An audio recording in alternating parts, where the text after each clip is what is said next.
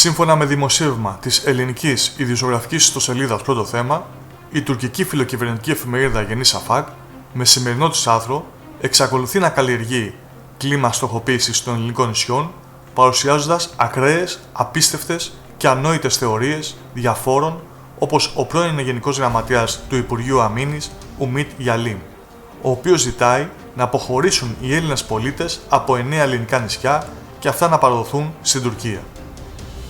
Σε μια νέα θεωρία που προσπαθεί να εμπεδώσει στην τουρκική κοινή γνώμη, το πολιτικό κατεστημένο της Τουρκίας λέει τώρα ότι τα νησιά του Βορείου Αιγαίου δόθηκαν στην Ελλάδα μόνο με το δικαίωμα χρήσης και όχι με το δικαίωμα κυριαρχίας.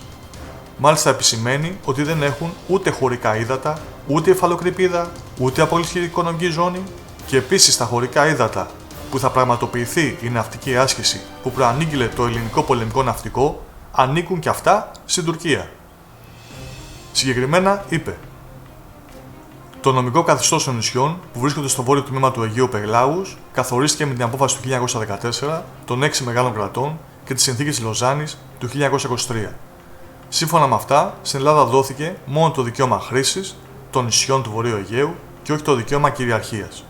Οι περιοχές κυριαρχίας και θαλάσσιας δικαιοδοσίας, όπως και ο εναέριος χώρος των νησιών Θάσος, Σαμοθράκη, Λίμνος, Λέσβος, Χίος, Σάμος, Ικαρία, Ψαρά και Άγιος Ευστράτιος, παρέμειναν στην Τουρκία.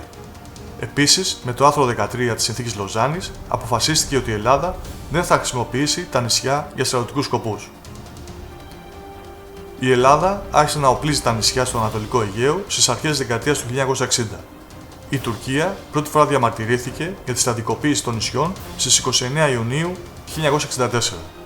Στην παρούσα κατάσταση, η Ελλάδα έχει εξοπλίσει και τα 9 νησιά που της δόθηκαν προς χρήση.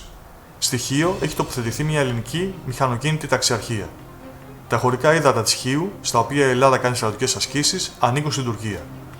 Η Ελλάδα, κάνοντας στρατιωτικές ασκήσεις στα τουρκικά χωρικά ύδατα, παραβιάζει ξεκάθαρα τις συμφωνίες. Η Ελλάδα παίζει με τη φωτιά. Η Ελλάδα, έχοντας τοποθετήσει στρατό στα νησιά του Βορείου Αιγαίου, έχει χάσει το δικαίωμα χρήσης τους. Η Ελλάδα πρέπει να εκενώσει τα 9 νησιά από τους πολίτες της και το στρατό της προς την ενδοχώρα και να τα παραδώσει στην Τουρκία. Αυτά για να καταλάβουν ξεκάθαρα όλοι οι Έλληνες πολίτες και όχι μόνο με τι τρελούς έχουμε να κάνουμε και πόσο επιθετική και βρώμικη είναι πλέον η πολιτική της αλλά και τα μέσα ενημέρωσης που τους αφήνουν να κάνουν τέτοια κάκιστη πλήση εγκεφάλου στους Τούρκους πολίτες. Και όπως λέμε στην Ελλάδα, μη σου τύχει κακός γείτονας. Και δυστυχώς εμάς μας έτυχε ο χειρότερος. Τρελός, ψεύτης, πολεμοχαρής, επιθετικός και βάρβαρος. Και πραγματικά αναρωτιέμαι πώς μπορεί κάποιος να κάνει διάλογο με μια τέτοια χώρα.